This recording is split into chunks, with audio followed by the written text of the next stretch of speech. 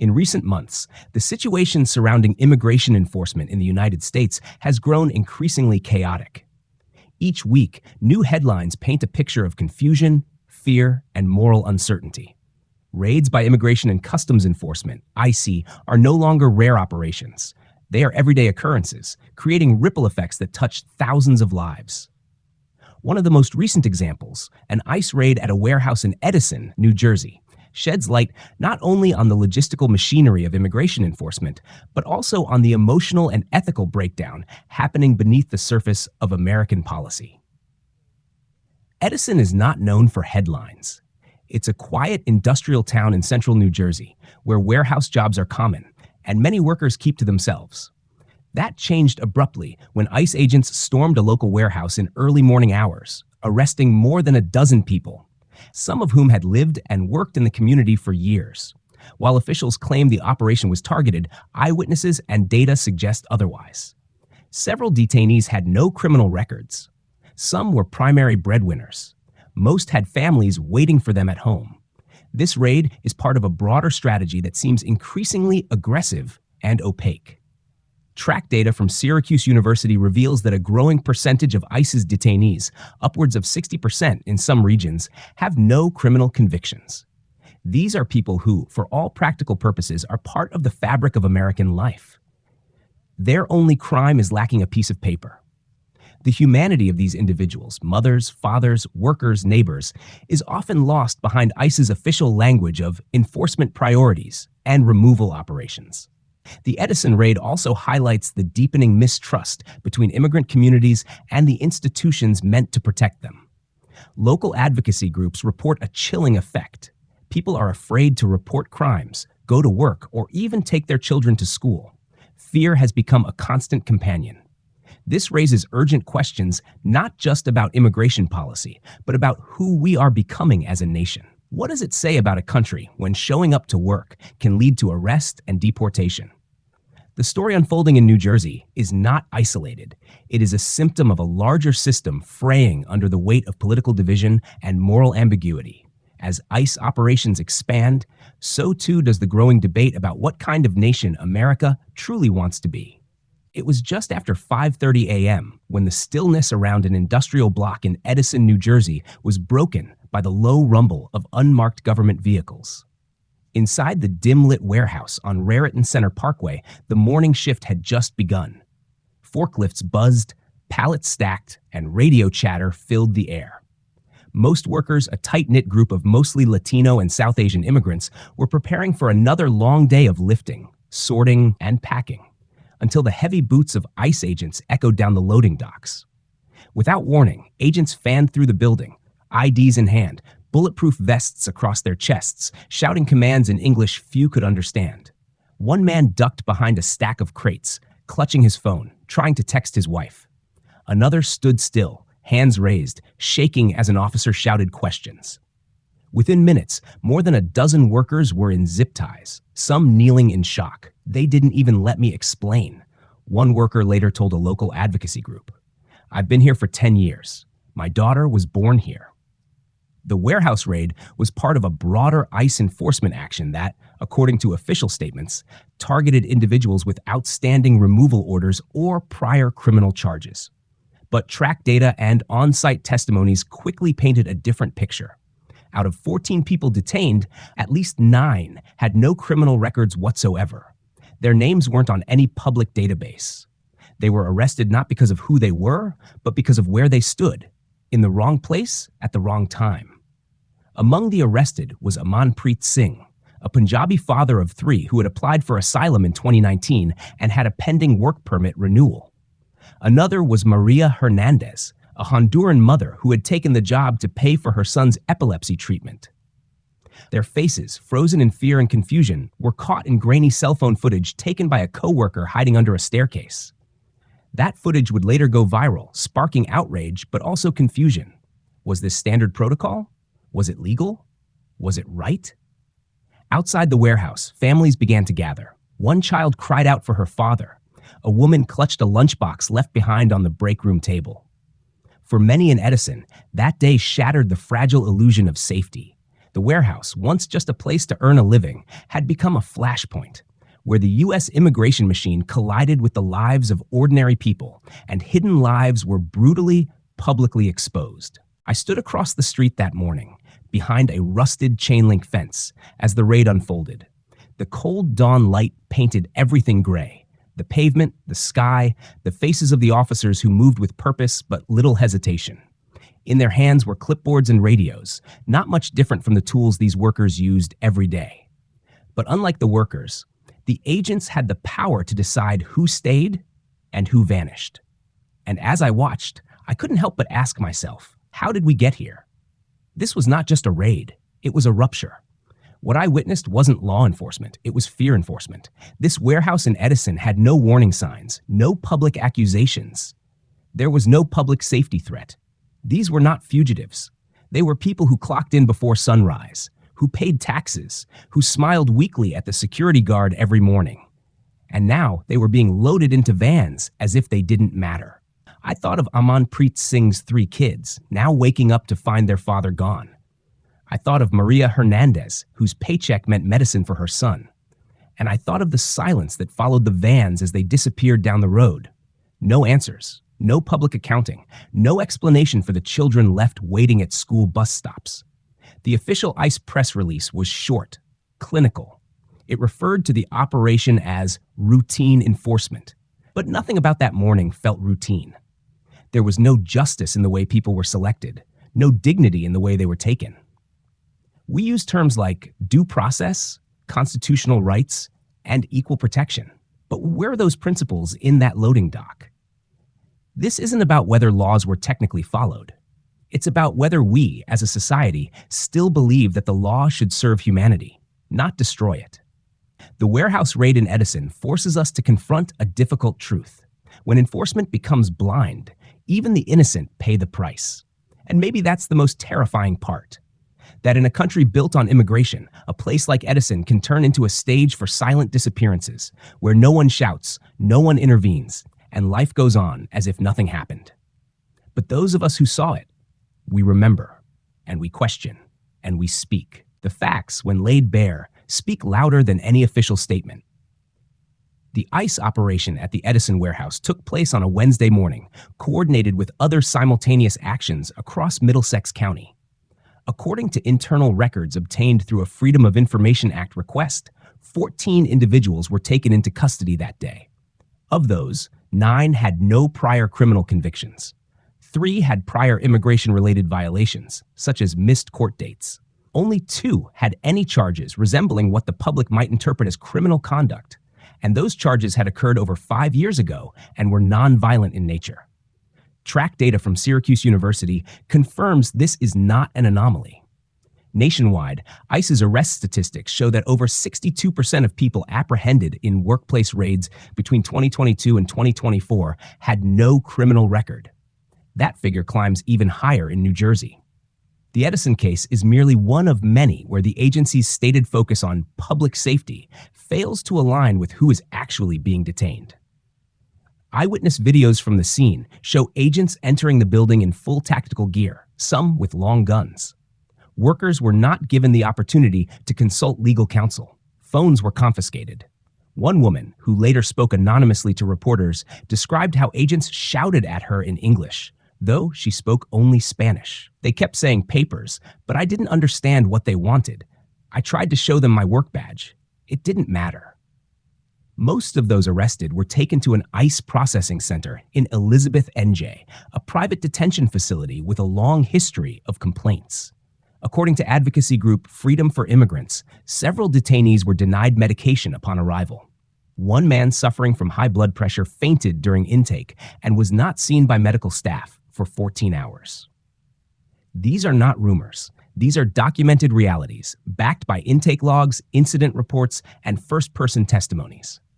And yet, ICE's public-facing materials tell a different story. The press release described the Edison raid as a successful operation that prioritized community safety. But the data suggests the community was never at risk. The real danger came not from those working the warehouse floor, but from the knock at the door, the flash of a badge, and the unchecked power behind it. No charges have been filed against the employer. No public explanation has been offered for why this facility was chosen. And as of today, 7 of the 14 detained remain in custody, awaiting a fate that hinges less on justice than on procedure. When it comes to immigration enforcement, few subjects stir as much moral debate as the tactics of ICE. The Edison warehouse raid, stark in its execution and consequences, sits at the center of that ethical storm. Supporters argue that ICE is simply doing its job, enforcing immigration law as mandated by Congress. But others, including civil rights groups, ethicists, and a growing number of everyday Americans, question whether just doing your job is a sufficient defense when lives are upended and communities are traumatized. Let's begin with the government's position. ICE maintains that it operates within the bounds of the law. In this case, officials claim the Edison warehouse raid targeted individuals with outstanding removal orders. Under the Immigration and Nationality Act, ICE does have legal authority to arrest non-citizens who are in the country without authorization. Supporters of the agency argue that enforcement must include workplace operations, otherwise the law becomes meaningless. "We're not making up rules," said one ICE spokesperson in a local news interview. "We're enforcing them." And yet, the moral weight of that statement grows heavier when we look at the real people involved. Can a policy be legal and still unjust? Can an action be authorized and still inhumane? Take Maria Hernandez, the single mother who was detained while sorting packages on her morning shift. She had no criminal record, had applied for a humanitarian visa, and was the sole caretaker of a medically fragile child. Legally, ICE could detain her. But morally, should they? Ethicists point to the concept of proportionality. When the harm inflicted by a law's enforcement far outweighs the threat the person poses, that law enters morally dubious territory. Moreover, the randomness of raids like Edison's, where even U.S. citizens have been mistakenly swept up, suggests not precision, but collateral damage being accepted as routine. There's also the matter of consent.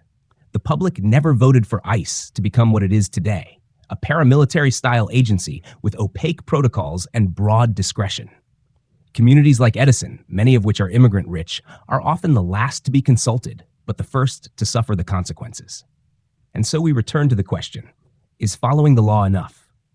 History is replete with examples of laws that were once upheld by officials only to be judged immoral in hindsight. Jim Crow, Japanese internment, the Chinese Exclusion Act. Each was legal. Each was shameful. The Edison raid asks us to look not just at what ICE does, but at what we allow in our name.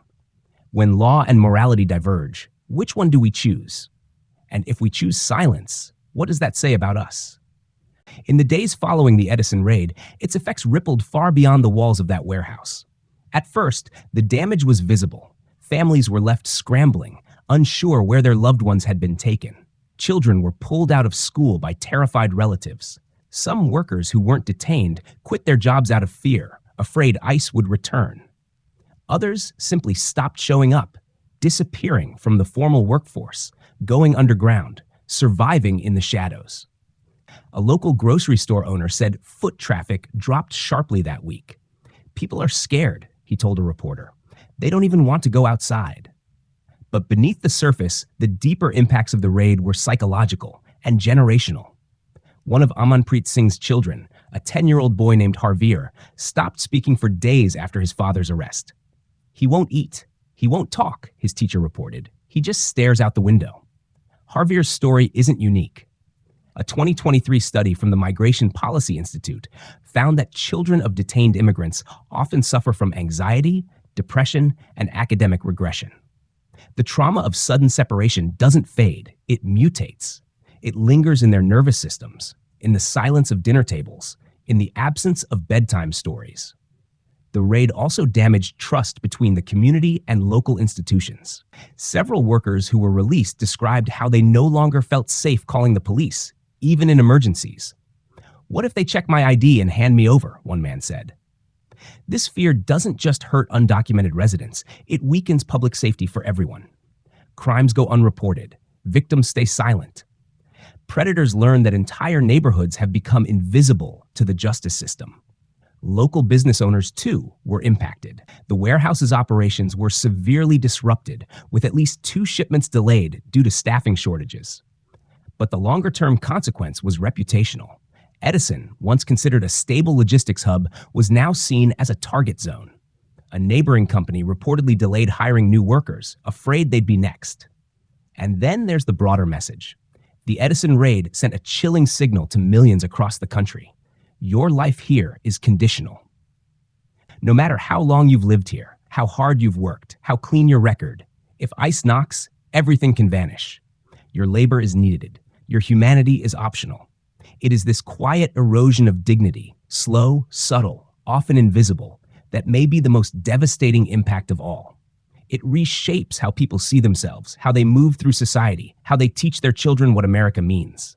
And once dignity is lost, it is not easily reclaimed. There's a moment, often hours after the sirens fade and the vans disappear, when everything falls quiet. And that's when the deeper reckoning begins. What happened in Edison wasn't just a policy event. It was a test of character. Not only for the agents who carried out the raid or the politicians who authorized it, but for all of us who watched and waited and wondered what to say. In that moment of silence, we are forced to ask ourselves, who are we, really, when the uniforms leave and only the fear remains? The United States has long defined itself as a nation of laws, but also as a beacon of compassion, fairness, and second chances. When those values collide, as they did in the warehouse that morning, which one prevails? For the workers detained, for their children, for their neighbors left to clean up the pieces, the answer was painfully clear. The law won. The compassion did not. But that binary is itself a false comfort, because the real issue is not that enforcement happened. It's how it happened. It's the silence with which it was executed, the lack of transparency, the absence of oversight, and the complete indifference to the human lives disrupted along the way. If enforcement is necessary, must it be dehumanizing? Must it be indiscriminate? There is a haunting line from philosopher Hannah Arendt, who once wrote about the banality of evil, the idea that the most harmful systems persist not because of monsters, but because of ordinary people doing their jobs without questioning the consequences. That line echoes in the Edison case. The raid wasn't a dramatic showdown. It was an administrative operation, carried out quietly, coldly, methodically. But its consequences were profound. As a society, we must be careful about how we normalize cruelty. When zip ties replace conversations, when deportation becomes more efficient than dialogue, when fear becomes a standard workplace hazard, something is broken.